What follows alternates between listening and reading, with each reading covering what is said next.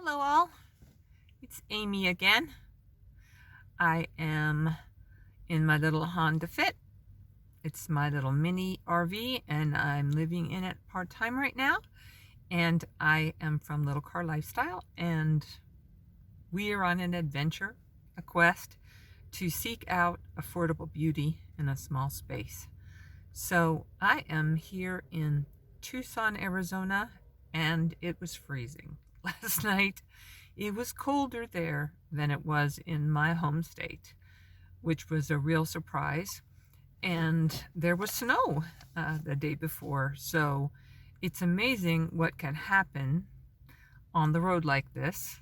As we all know, unpredictable things happen in life. But so that actually was the inspiration for my defining moment this time around making videos. And I did not get this video out or the other ones out on Monday. I apologize. I had a flat tire and had a change in plans, so it took me a while to get organized and get the technology set up for me to do it. But anyway, for our defining moment today, ta-da!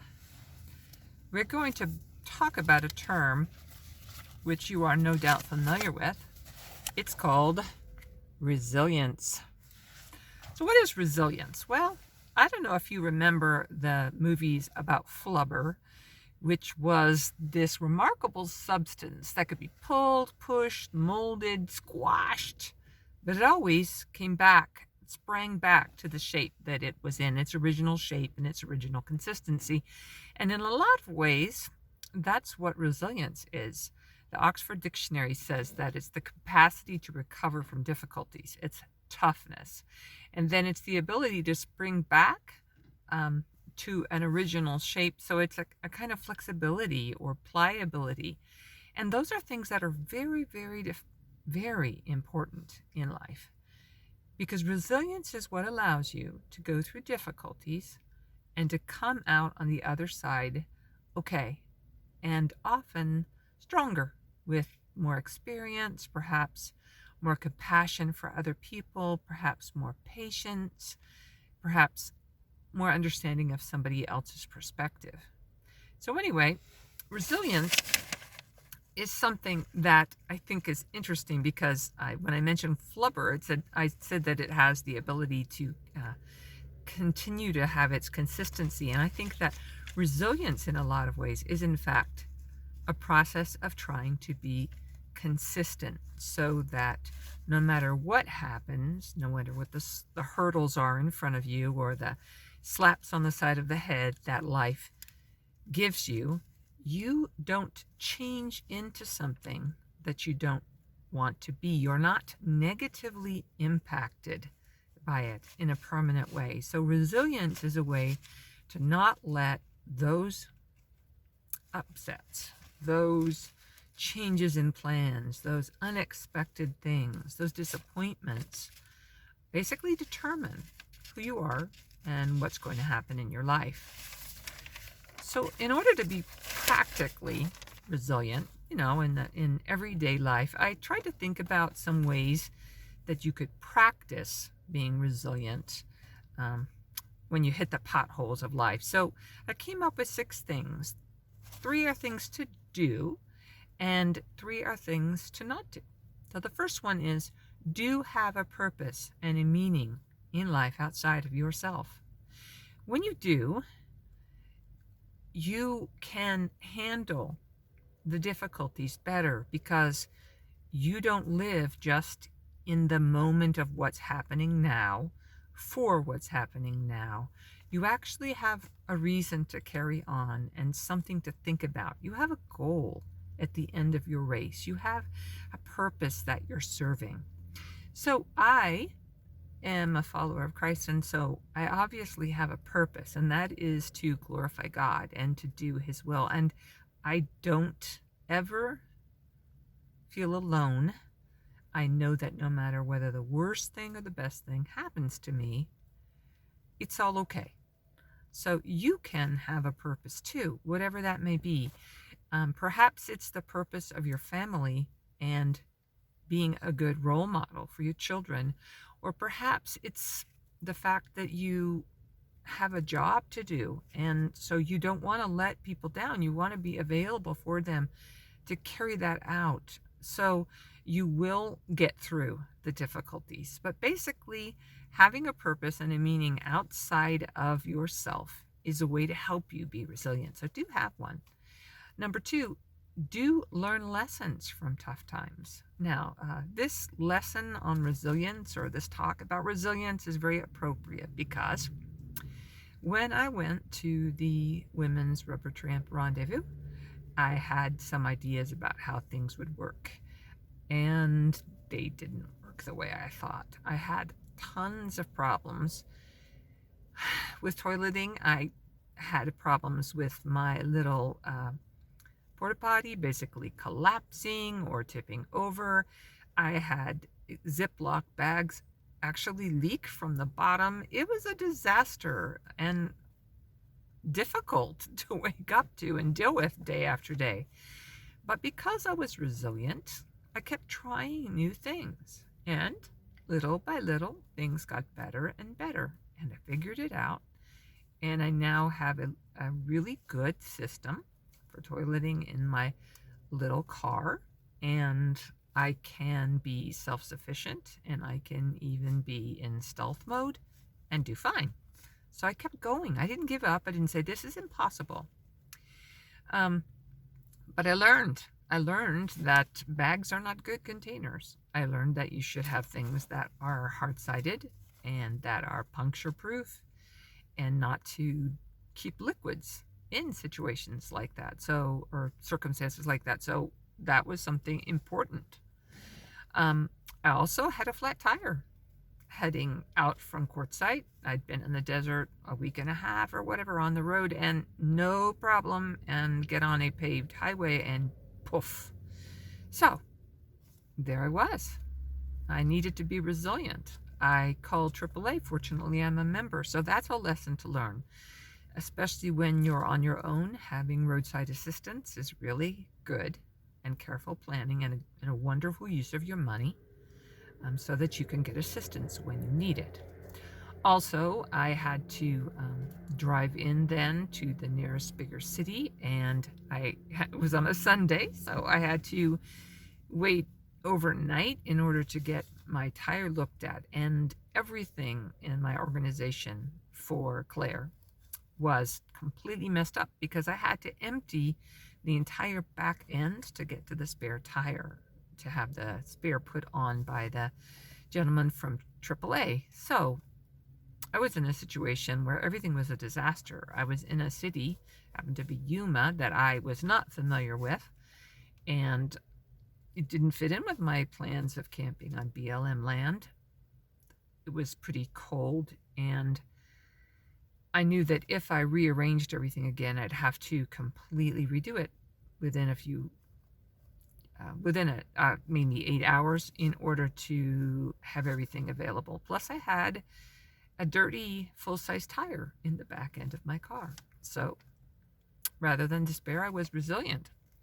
I found a hotel, and I parked there in a place, and I had brought my frost guard because I live in a northern climate, and that was able to be used to cover the front window completely. And then I propped things up and jerry-rigged them, and I slept in my front seat. So being resilient and thinking outside the box in a way to solve the problem was great. I also learned an important lesson. I need to have covers for all my windows, even if it's not the plan to be in the front seat. Things change, and based on situations, I may need at some point in time to not have anybody be able to see into the car. So that was a lesson learned. I also then went from Yuma, once I had my new tire, to Tucson. And I decided to go a southern route on my way back to my home state because it would be warmer. It snowed in Tucson, and people were talking about it. It was completely unlikely to happen and not something that happens there a lot. But I learned a lesson. Number one, I learned to always have a backup plan.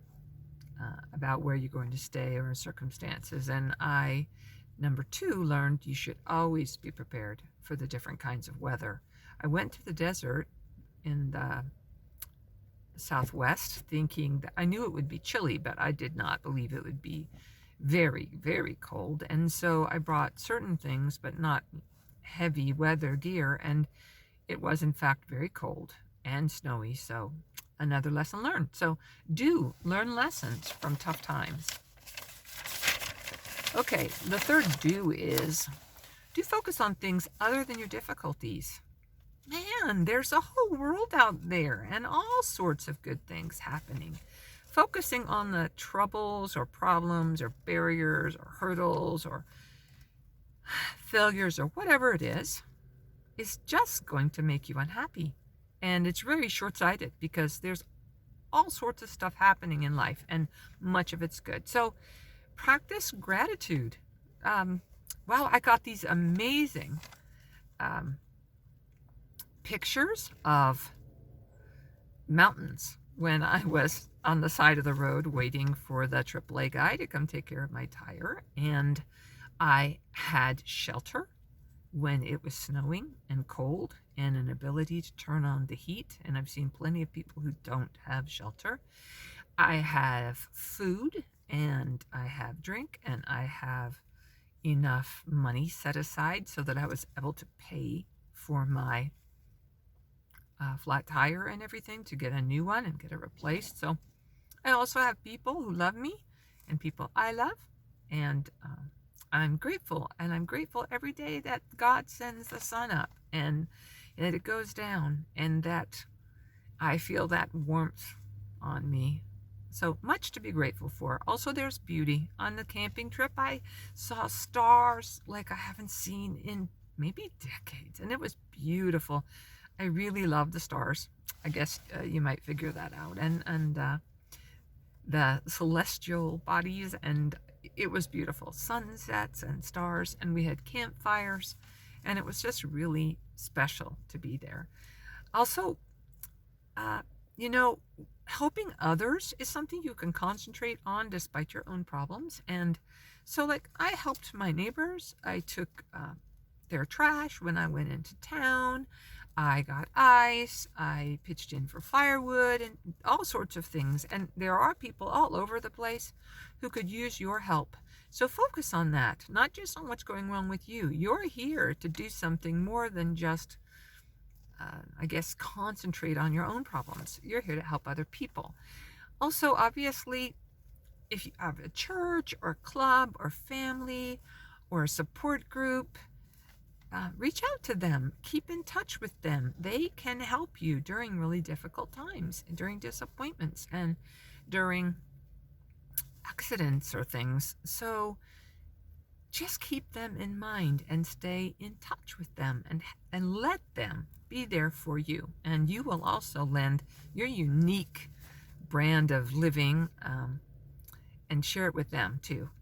Also, prayer and meditation are things that I engage in every day, and they give me something much more important and on a grander scale to think about than maybe what's happening that I don't like in my life. So I recommend those things. And you can read or listen to inspiring music, sayings, stories, and you can also entertain yourself. You can distract yourself. You can let your imagination go somewhere else. You can be in a different country with a spy novel or deep into someone's sweet young romance. So you can entertain yourself. Also, remember your talents and use them. They will bring you joy. Sing, sew, create, carve wood, fix something on your car. All those things are ways to not focus only on your difficulties, and also be grateful for good friends. They are something I remember in Brownies was we had a little song about make new friends, but keep the old. One is silver and the other gold. So make sure you keep your gold in good shape, shiny and up to date, and do things to nurture those friendships. Okay, do not. Do not let the setbacks turn you into someone you don't want to be. Think about somebody you dislike. Now, I work with senior adults, and there are some curmudgeons, people who've just let the difficulties of life be their pass card to be unpleasant, rude, demanding, controlling, and make everybody's lives around them miserable. If you think of someone you don't like being around, then you have a goal. And resilience will help you not become like that.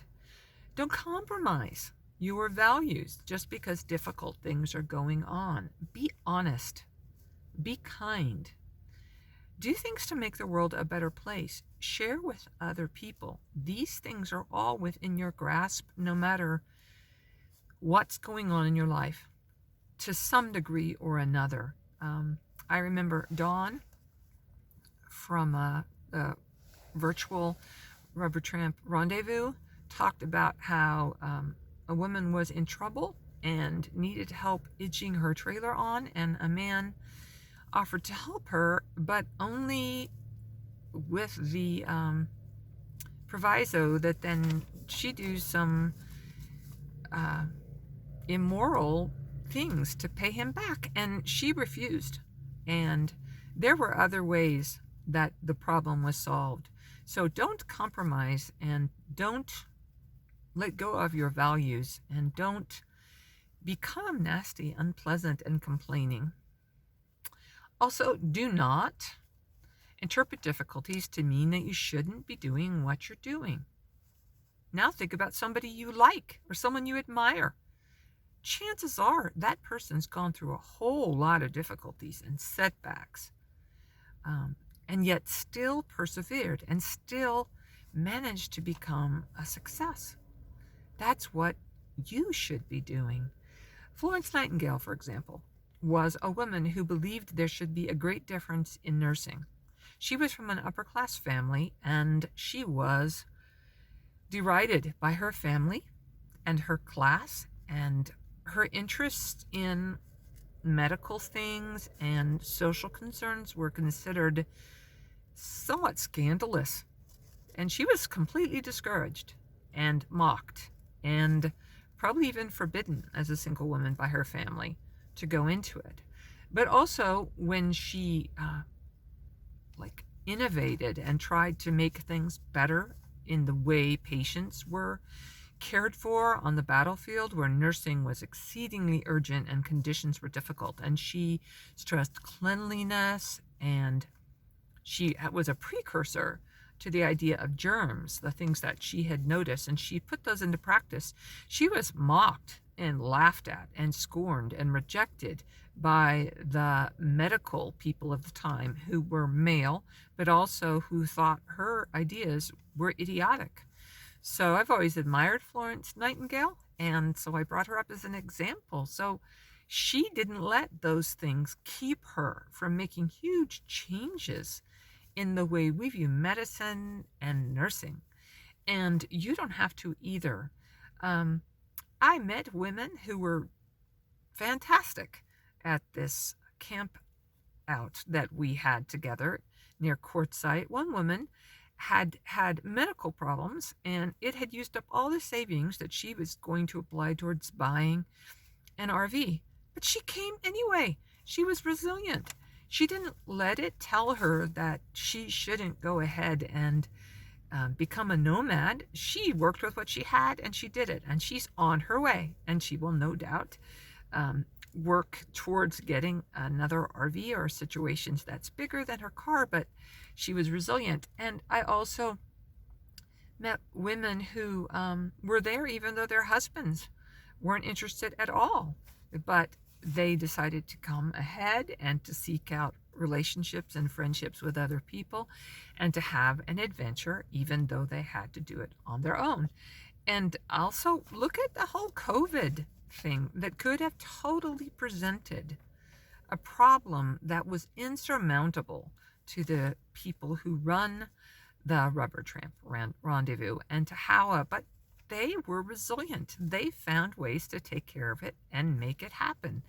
And I and many, many other people benefited from it. So, no, just because tough stuff's happening doesn't mean you should stop. Now, obviously, you need to examine your situation. Is there any reason for you to really scratch the whole idea? Sometimes there is, but it's not a given. All right, the sixth thing. Do not neglect to reach out for support, help, advice, or companionship. I was actually invited to camp because I came down on my own, not knowing anybody, never having been there, by a lovely lady named Jean. And we ended up camping together even when we moved to different places, and she was a joy. And I consider her a dear friend, and will probably stay in touch with her for years and years. So I reached out on Camp Together and explained something about myself and my interests and my situation, and I got help. And thanks to Jean for reaching out to me and other people too. Of course, I couldn't camp with a whole bunch of people at the same time, but because I reached out, I found what I needed. Also, Jean was camping where there was a van build put on by Danelle and Scott. And in my case, I met Tracy and Steve as well. And I didn't go there even knowing what a van build was or what was happening, but the organization Nomads Helping Nomads was something that Jean was involved in, and so I ended up getting to know some of those people. And as I had trouble with my little porta potty and everything, I realized a part of the problem was that my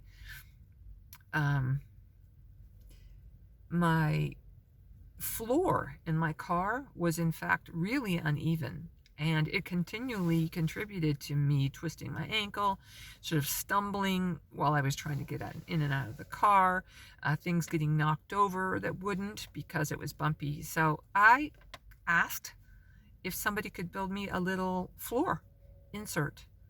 And sure enough, with perseverance and a willingness to talk to people, someone did build it for me. Steve and Tracy did, and it's great, and it solved so many of my problems. So I took advantage of the help that was there, and I'm much better for it. I mean, hey, we one night we were together and had a lady just pull up, and she was camping in another area, but she wanted to join a campfire, and we were quiet, and we were so pleased to have her. I was so glad that she'd asked, that she didn't end up alone with no socializing that night and no warm fire. And her name was Camille, and we had a great conversation. We had some things in common because she was a liverboard on a boat and I had been, and so you never know what good things are going to happen, but always seek out help. There are people there who want to help you, and God provides people to help us, and we shouldn't be ashamed or embarrassed or reticent about getting help, especially if we're willing to give help. So my quotation this time around is from Mulan. Mulan's father says that the flower that blooms in adversity is the most rare and beautiful of all. And resilience comes in the face of adversity, of things not going the way that we want them to, not the way we expect them to. So bloom, people, bloom, nomads, bloom, people in small spaces. Bring beauty of the heart and of the spirit with you through every bit of adversity, and bounce back. Be flexible, be consistent, and keep it on. So once again, this is Amy from Little Car Lifestyle. I hope you enjoyed this. If you're interested in the topics that I cover, please subscribe, and I'm happy to be able to share with you. Bye-bye.